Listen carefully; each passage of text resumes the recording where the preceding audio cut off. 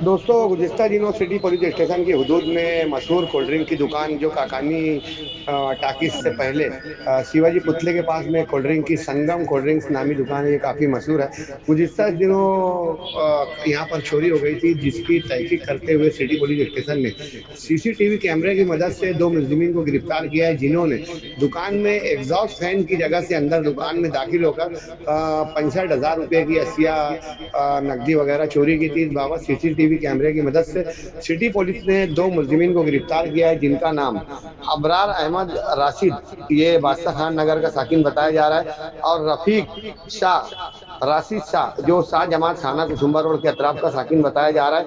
अबरार और रफीक शाह, इन 2 मुलजिमीन को पुलिस ने गिरफ्तार किया, जिसकी विजुअल आप देख रहे हैं। उन्हें को मकामी कोर्ट में पेश किया गया। वहीं कल हुआ दरे गांव का हादसा, जिसमें आफरीन नामी एक खातून हलाक हो गई थी। इस मामले में बस ड्राइवर कांतीलाल को गिरफ्तार किया गया था, जहां जिसे कोर्ट में पेश किया गया, और मुअज़्ज़ज़ जज ने कांतीलाल ड्राइवर बस ड्राइवर को अपने 2 दिनों की पुलिस तहवील में दे दिया है। 2 दिनों की पुलिस तहवील के दौरान उससे कबल पुलिस ने जब उसका मेडिकल चेकअप किया तो मालूम हुआ कि मेडिकल टेस्ट में ये पॉजिटिव पाया गया कि ये शराब पीकर गाड़ी चला रहा था। पुलिस इस मामले में एक्सीडेंट से हटकर अलग तरीके का भी मुकदमा दाखिल कर रही है, आने वाले वक्तों में सामने आएगा। वहीं आज जब मुकामी कोर्ट में कांतीलाल मुलजिम बस ड्राइवर को पेश किया गया, इस मौके पर वकील एडवोकेट तौसीफ शेख ने क्या कहा, आइए सुनते हैं। ठीक है, पुलिस ने जो है आरोपी कांतीलाल पुरुषोत्तम सालोंके जो बस ड्राइवर है, उनको आज यहाँ कोर्ट में हाजिर किया गया।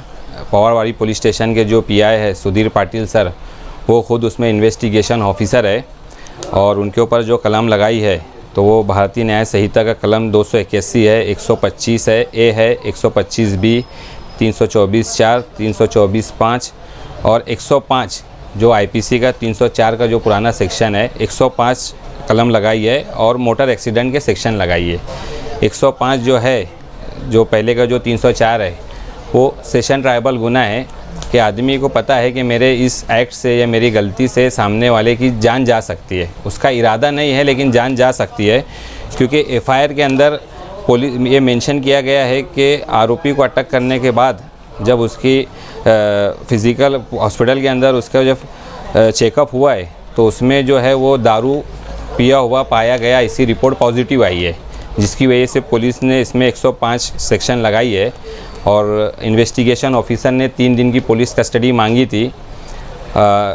आरोपी के वकील, सरकारी वकील और इन्वेस्टिगेशन ऑफिसर का आर्गूमेंट हुआ। उसके बाद पुलिस ने उनको 3 मार्च तक पुलिस कस्टडी दी है। मालेगांव की तारीख में शायद ये पहली मर्तबा ऐसा है कि सेक्शन 105 बीएनएस एक्ट जो पुराना आईपीसी का 304 का सेक्शन था, ये पुलिस ने लगाई है। इससे पहले ये जो है सेक्शन जो है बॉलीवुड एक्टर सलमान खान, उनके खिलाफ हिट एंड रन केस में लगाया गया था। और पीआई सुधीर पाटिल सर का भी बोलना था कि मालेगांव में शायद ये पहली मर्तबा इस सेक्शन के तहत आरोपी के ऊपर गुना दाखिल किया गया है। इतने शॉर्ट पीरियड में आप जमा हुए। दूसरा, आपको बुलाने का, आपके साथ बात करने का मकसद ये है कि मैं राष्ट्रवादी कांग्रेस पार्टी में गुज़िस्ता 20 वर्षों से जुड़ा रहा हूँ और मुख्तलिफ़ ओहदों पर मैंने काम किया। इन तमाम बातों को देखते हुए शरद पवार साहब के वहाँ पर जयंत पाटिल साहब ने, गोकुल पिंगले साहब जो हमारे ऑब्जर्वर थे, यहाँ के मुबस्सिर थे, उनके राय पर और मेरे तमाम अहबाब, ख़ास तौर पर हमारे संदीप पवार साहब तालुका अध्यक्ष, दिनेश ठाकरे साहब, ये जो युवा के प्रदेश के सचिव हैं, ऐसे तमाम ही लोगों से उन्होंने राय लेकर मुझे मालेगांव शहर ज़िला राष्ट्रवादी कांग्रेस पार्टी का सदारत का ओहदा तफवीज़ किया। और उसके लिए मैं पार्टी के जिम्मेदारान का शुक्रिया अदा करना चाहूँगा कि उन्होंने मुझ जैसे आम कार्यकर्ता को, आम वर्कर को सदारत के ओहदे तक पहुँचाया। दूसरा ऐसा कि मालेगांव शहर में बहुत सारे मसाइल हैं, बहुत सारी बातें हैं, लेकिन पार्टी के ताल्लुक से मैं बोलना चाहूँगा कि राष्ट्रवादी कांग्रेस पार्टी, शरद पवार साहब के जो ग्रुप है, ये असल राष्ट्रवादी कांग्रेस पार्टी सेकुलर पार्टी है और मालेगांव शहर में सेकुलर पार्टी की ज़रूरत है। क्योंकि यहाँ पर जो हालात से शहर गुजर रहा है, उन हालात को देखते हुए हम तमाम ही मज़ाहिब के लोग, हिंदू, मुस्लिम, सिख, ईसाई, जो कुछ भी मतलब है, जो हमारे अंदर जो तमाम हिंदुस्तान बसता है मालेगांव में, तो तमाम लोगों को साथ लेकर चलने की ज़रूरत है। और शरद पवार साहब में ये खास खुसूसियत है कि वो तमाम ही गरीब और अल्पसंख्यक, खास तौर पर जो पिछड़े SC, ST, OBC तमाम लोगों को साथ लेकर चलना, उनके लिए सोचना, उनके लिए काम करना, ये शरद पवार साहब की खुसूसियत रही है। और यही वजह है कि उन्होंने कोई बहुत बड़ा मतलब नाम नहीं देखते हुए, मेरा कोई पॉलिटिकल बैकग्राउंड नहीं है, मैं साधारण तरीके से मैंने मालेगांव शहर में काम किया, ये आप तमाम लोग जानते हैं। और मुझे आज यहाँ पर जो सदारत का ओहदा दिया गया, ये उसकी मिसाल है कि हमारे यहाँ पर कोई किस्म का अमीर गरीब का इसका भेदभाव नहीं है।